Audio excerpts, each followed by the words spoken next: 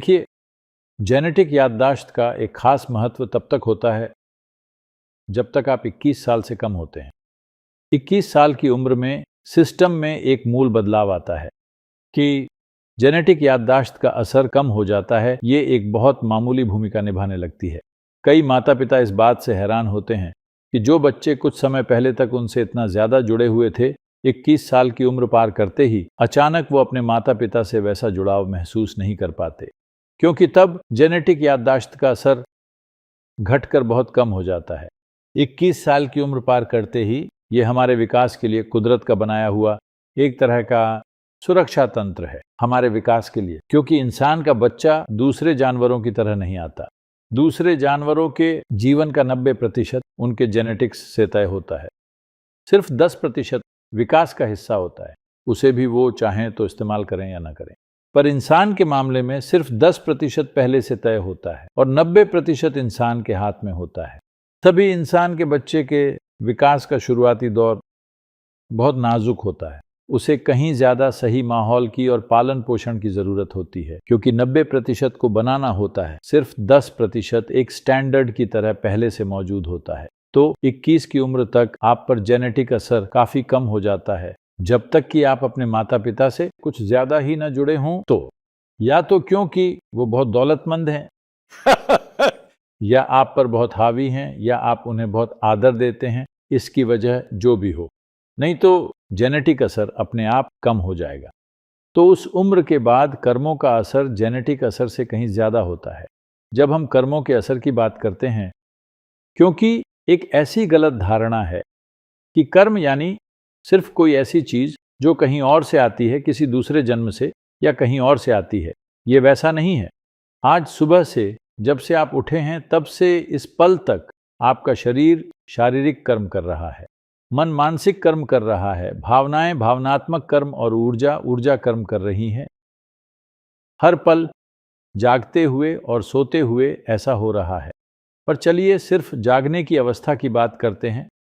नींद से जागने से लेकर अब तक इन 4 तरह के कर्मों में से कितने आपने पूरी जागरूकता से किए हैं? अगर आप इस पर ध्यान दें, मैं आपसे ये प्रश्न नहीं पूछना चाहता जो मैं आमतौर पर पूछता हूं, पर आप सब डॉक्टर हैं तो मैं नहीं पूछूंगा। मैं बस यही कहूंगा, आप खुद इसका विश्लेषण करें। 1% भी नहीं, 1% से भी बहुत कम के बारे में आप सचेत हैं, बाकी सब कुछ अनजाने में हो रहा है। दूसरे शब्दों में कहें तो अनजाने में कहने के बजाय, जो एक तरह का नकारात्मक शब्द है, ये कहें कि आप चीज़ें ऑटोमेटिकली कर रहे हैं। कर्मों की याददाश्त के कारण आप ऑटोमेटिकली चीज़ें कर रहे हैं। ये याददाश्त इतनी ज़्यादा है कि सोचने की ज़रूरत ही नहीं पड़ती। खाना खाने का तरीका सोचना नहीं पड़ता। देखिए, बचपन में पहली बार खाना खाना कितना मुश्किल था, खासकर भारतीय खाना। वो आपके ऊपर ही गिर जाता था, पर आज आप बड़ी कुशलता से खाते हैं। आप ये नहीं सोचते कि खाने को कैसे पकड़ना है, क्या करना है, क्योंकि ये आपके कर्मों की याददाश्त है। कर्म यानी काम।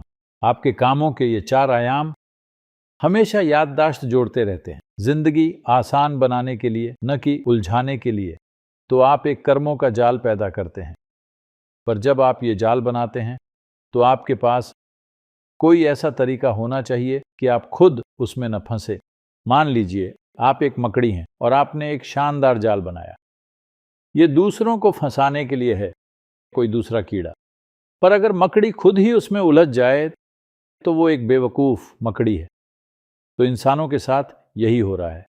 याददाश्त का एक बहुत बड़ा सिस्टम हर पल बन रहा है। देखिए, चाहे आप सो रहे हों, ऐसे कई प्रयोग हुए हैं, मैं इसकी गहराई में नहीं जाऊंगा। चाहे आप गहरी नींद में सो रहे हों, आप जागरूक न हों, तब मैं एक ऐसी भाषा में 1 या 10 वाक्य बोलूंगा जिसे आप नहीं जानते। वाकई हम आपको हिप्नोटाइज कर सकते हैं और कई महीनों या सालों के बाद हम आपसे वो वाक्य बुलवा सकते हैं, एक ऐसी भाषा में जिसे आप नहीं जानते, जो आपने तब सुनी थी जब आप गहरी नींद में सो रहे थे। ऐसा करना मुमकिन है। तो मैं ये कह रहा हूं कि अगर आप यहां से वहां तक जाएं तो वहां 25 अलग अलग गंध हो सकती है। शायद आप उन पर सचेत ध्यान न दें। अगर वो बहुत तेज है या तो बहुत बुरी है या बहुत अच्छी, सिर्फ तभी शायद आप ध्यान दें, वरना न दें। पर सेंसरी सिस्टम में वो सब कुछ रिकॉर्ड हो जाता है। तो वजह जाने बिना, सही से उसे मानसिक या बौद्धिक रूप से साफ साफ समझे बिना, आप कुछ जगहों पर जाना बस पसंद नहीं करते। शायद वजह गंध हो या नज़ारा या आवाज़ें या बस वहाँ की ऊर्जा, वजह जो भी हो, आपके कर्म के 4 आयाम शारीरिक, मानसिक, भावनात्मक और आपकी ऊर्जा के कर्म हमेशा आपके लिए एक बड़ा और शानदार जाल बनाते रहते हैं। ये जाल आपको फंसाने के लिए नहीं है, बल्कि आपकी ज़िंदगी को ऑटोमेटिक बनाने के लिए है, ताकि आप कई चीज़ें सोचे बिना ही कर्मों की याददाश्त की मदद से कर सकें।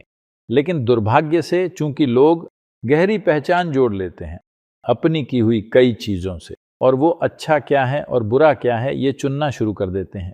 किसी चीज़ को अच्छी कहने से उसके प्रति आप में एक लगाव पैदा हो जाएगा, और बुरी कहने से आप में एक अरुचि पैदा हो जाएगी। लगाव और अरुचि दोनों में आप फंस जाएंगे, यानी आपने एक बड़ा जाल बनाया और खुद उसी में फंस गए। ज़्यादातर लोगों के लिए कर्म का यही नतीजा है।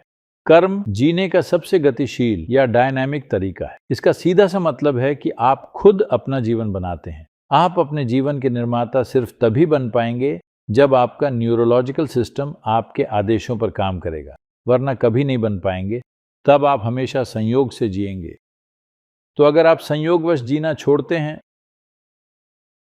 जो लोग अनावश्यक बेचैनी और डर जैसी चीजें रोजाना अनुभव कर रहे हैं, बहुत सारे मेडिकल पेशेवर ये कह रहे हैं ये सामान्य चीज है, आपकी चिंता सामान्य है, मैं भी चिंता करता हूं। किसी इंसान के निर्माण का ये तरीका नहीं है। इंसान इससे ऊपर उठ सकता है।